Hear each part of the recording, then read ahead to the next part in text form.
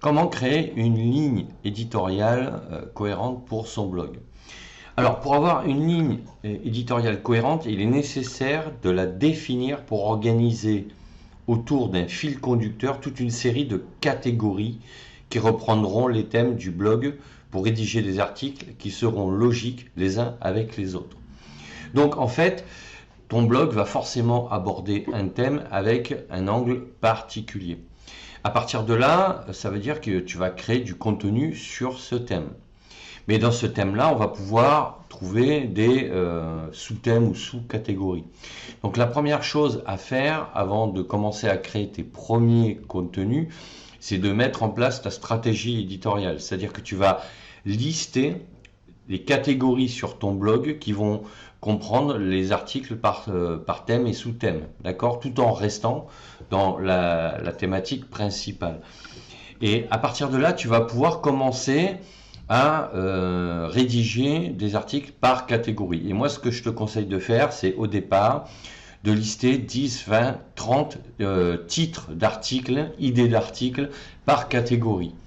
Une fois que tu as ces listes par catégorie, donc si tu as, admettons, 4 catégories, à partir de là, tu as déjà un potentiel d'idées pour pouvoir te lancer dans la rédaction de contenu optimisé SEO, mais ça, j'y reviendrai plus tard.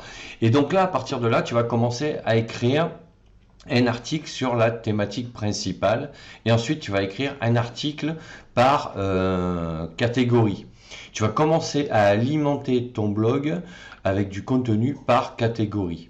Et quand tu auras fait un article pour la dernière catégorie, tu reviens sur la thématique principale et tu rédiges comme ça des articles pour toutes les catégories.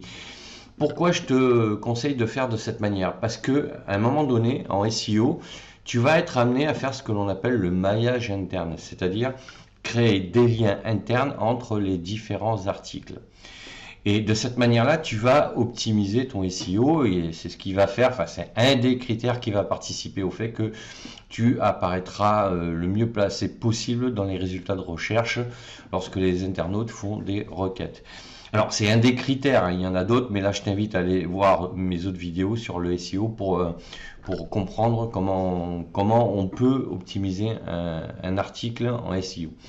Alors, tu vas faire de cette manière et comme ça, tu vas alimenter donc toutes les catégories. Pourquoi? Parce que justement, les internautes, ils vont taper une requête sur Internet peut-être par rapport à une de tes sous-catégories. Et quand ils vont venir sur ton blog, ils vont peut-être s'apercevoir que finalement, tu parles de tous les sujets dans cette thématique. Ils vont dire, c'est super, là, moi je cherchais une info sur un sujet précis, mais en fait, ici, j'ai tout ce qu'il me faut comme information. Et de cette manière-là, tu vas pouvoir générer un trafic beaucoup plus important et beaucoup plus rapidement. Mais je te conseille fortement, voilà, de commencer à lister tes catégories et de commencer à alimenter au fur et à mesure chaque catégorie. Tu reviens sur la première à chaque fois. Tu vois, donc tu auras ta thématique principale et après, je dis sous-catégories, mais sur ton blog, elles apparaîtront comme des catégories à part entière. Donc voilà comment tu vas définir ta ligne éditoriale. Et ensuite, tu vas commencer à planifier la publication de tes contenus. Donc puisque quand tu rédiges un contenu, soit tu le publies juste après l'avoir rédigé, tu écris un article et tu le publies.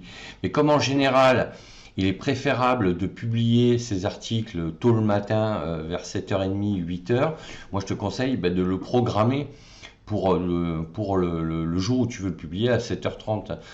Après, si tu veux te lever à 5h du matin pour rédiger ton article, tu peux le faire aussi. Mais en général, on passe 2-3 jours à écrire des articles et on les programme pour les publier la semaine d'après pour qu'ils sortent à l'heure que l'on a choisi. Donc voilà, il va falloir que tu planifies et au départ, moi ce que je te conseille fortement, c'est quand même de rédiger minimum 2 à 3 contenus par semaine, que ce soit des articles, des podcasts ou des vidéos, d'accord? En sachant que l'article reste quand même le contenu qui va te générer le plus de trafic et de visibilité sur Internet. Donc de cette manière-là, en planifiant tes articles, tu vas avoir une stratégie digne de ce nom, quoi. Tu vas éviter de partir dans tous les sens en te demandant à chaque fois que tu vas écrire un article quel sujet tu vas trouver. Ça, il faut que tu le prépares avant, que tu te fasses tes listes d'articles. Et puis une fois que tu as fait tes listes d'idées d'articles, l'idéal c'est de faire ton plan par article. C'est-à-dire si tu as 4 chapitres par article, ben, tu rédiges les chapitres de tes articles. Et comme ça, tu as une structure. Et à partir de là, tu vas avancer beaucoup plus vite. Au début, ça va te prendre plus de temps, mais après, tu iras beaucoup plus vite. Voilà ce que je voulais dire sur comment avoir une ligne éditoriale stratégique et cohérente pour ton blog. Donc, dis-moi en commentaire où tu en es toi. Si c'est ton cas, quelle stratégie tu utilises. Donc, n'hésite pas à mettre un pouce bleu vers le haut, à t'abonner à la chaîne. Et sache que tu peux télécharger gratuitement mon livre, devenir formateur en ligne. Tu as le lien dans la description de la vidéo. Je te dis à bientôt pour d'autres sujets. Ciao, ciao.